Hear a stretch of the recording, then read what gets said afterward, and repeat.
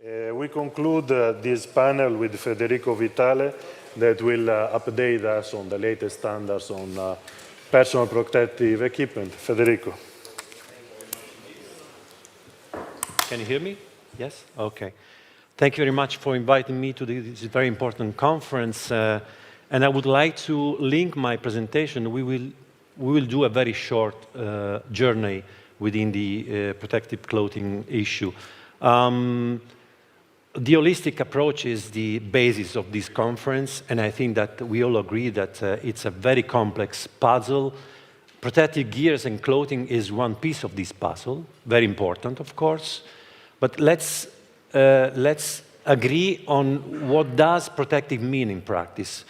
Protection comes from, means to be safe, to be functional, and to be comfortable. These are very important principles that we will see also in the prosecution of my presentation. This is in order to mitigate the risk, not to eliminate, of course, the risk for serious injuries.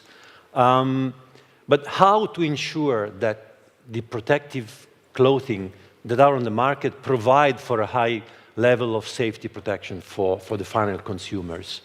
Of course, the main pillar is the so-called PPE regulation, is the 2016 425, which was established middle of 2018. That was a real milestone, a very important milestone for the legislation in Europe, because those three basic elements were improved compared to the previous directive. We're talking about how to assess the conformity, bring it to the CE marking. We established the presumption of conformity based on compliance with the existing harmonized standards available. And of course, another important pillar is the market surveillance, which is in the hands of the marketing and the national authorities. I will come up later on these points. So the main pillar is this regulation, and I would like to draw your attention on some of the basic principles and the key design principles that are at the basis of each and every standard when we talk about protective clothing. The basic principle which has changed with this regulation is the following.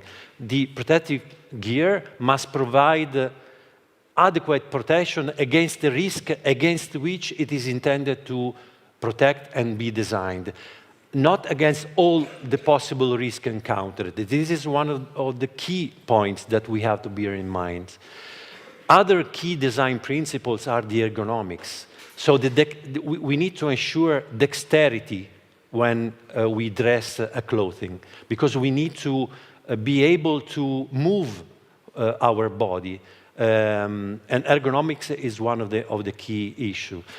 Classes of protection. Let's read all together what the regulation says, because it's at the basis of our legislation for motorcycle clothing. The principle around the classes of protection says that where different foreseeable conditions of use are such that several levels of the same risk can be distinguished, appropriate classes of protection must be taken into account. And this is one of the bases for, this happens also in the field of motorcycle clothing. Other important key design principles are innocuousness, comfort, lightness, and strength. So on the basis of these basic principles, here we have a snapshot of the current standards of motorcycle protective clothing. Most of them are under revision, currently under revision, because as you may know, of course, there is a systematic review. At least every 5 years, all the standards have been reviewed on the basis of the scientific and technological improvements and progress. So we will focus our attention on the last one, the 17092, because this is a very successful story according to our understanding. So this standard was established 4 years ago, during the pandemic era, I would say, after many meetings of the working group within the SEN. 6 years of intense activity. Of course, take into account the basic principle that we have seen before from the regulation.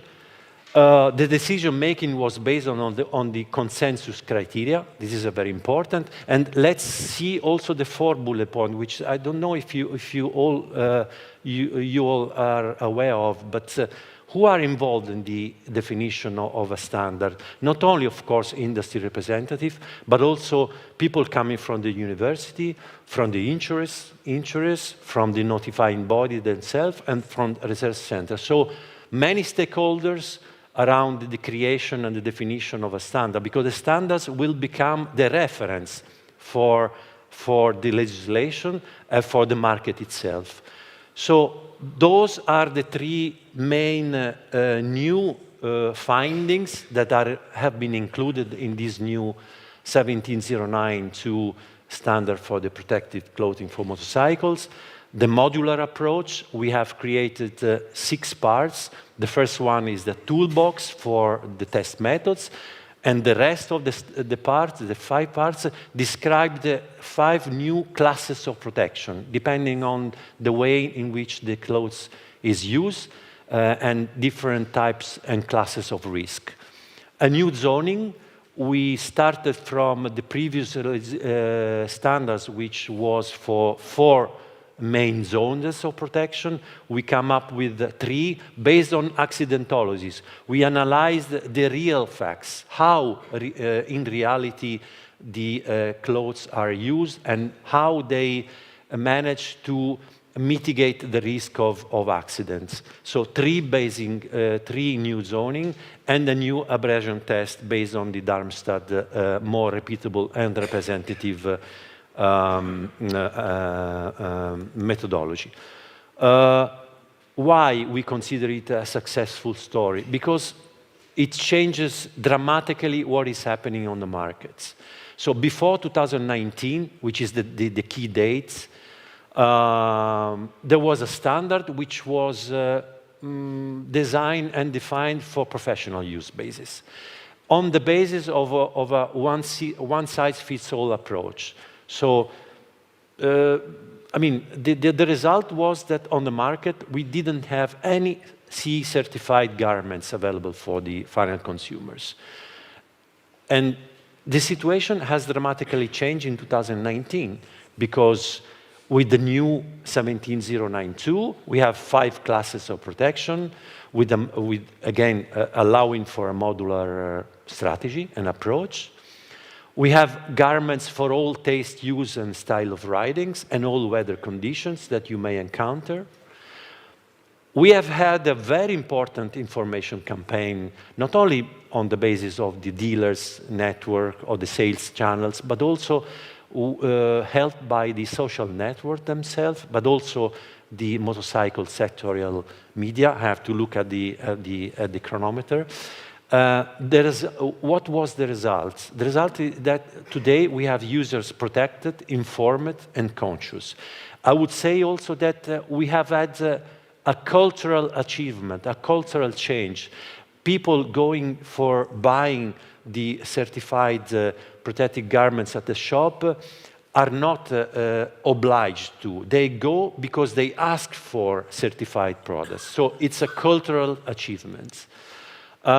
We were talking about airbags. Of course, at SEN level, there is a group that is developing the new standard for electronically activated airbags on the basis of different configuration of accident, from crashes to the high side falls and the low side falls. We were talking about inflation time. And of course, the one interesting thing is that the group is developing new triggering requirements based on evidence coming from analysis of video accidents coming, of course, from the racetracks. So we are using a considerable number of video analysis in order to assess the new triggering requirements, and of course also the risk of misfiring while using the airbag is under the attention of the group. I would like to underline the fact that the expected finalization of this standard for electronic activated airbags is expected not before the end of the next year, maybe also afterwards, because of course the SEN process requires certain period of time to be completed. I was referring to the market surveillance. This is crucial together with the CE certification, because otherwise we don't have control of what's happening on the markets. And of course, market surveillance is in the hand of the national authority. I would like also to underline the fact that we need to take into account not only the offline, but also the online sales, because from the online markets comes in the European market many non-certified garments. So all in all, also at the level of design and production, safety is considered a system achieved only through innovation in all those fields. For example, for the protection, we are inspired by the patterns that we see in nature. In terms of performance, we go for extreme condition to be used in developing protective garments. And also, of course, styling is something that is very important. A snapshot on helmets. Of course, as for the garments, also for the helmets, there's not a perfect and absolute perfect and best helmets for all users. We have best for certain needs and use. Clearly, the full face and modular offer the total protection, clearly, and useless to say.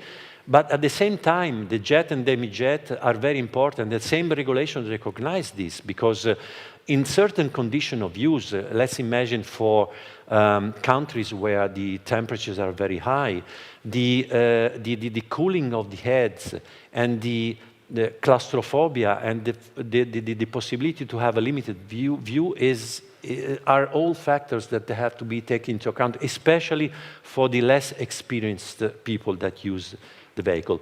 At a standardization level, we all know that we have had new elements included in the latest development of the standards. We have also included requirements for the accessories that are, of course, spreading on the markets, from the communication devices to the cameras. So all these things are included in the new regulation that, again, is also for the jet and demi-jet helmets. The very last slide, I don't want to bother you any further. Of course, the market in Europe of the protective clothing for motorcycle is a very dynamic market. We have more than around 25,000 jobs in Europe. And as you can see on the right side of the slide, Spain, Italy, Germany are the country in Europe where this industry is very active and dynamic. And I have concluded. Thank you very much. Thank you very much.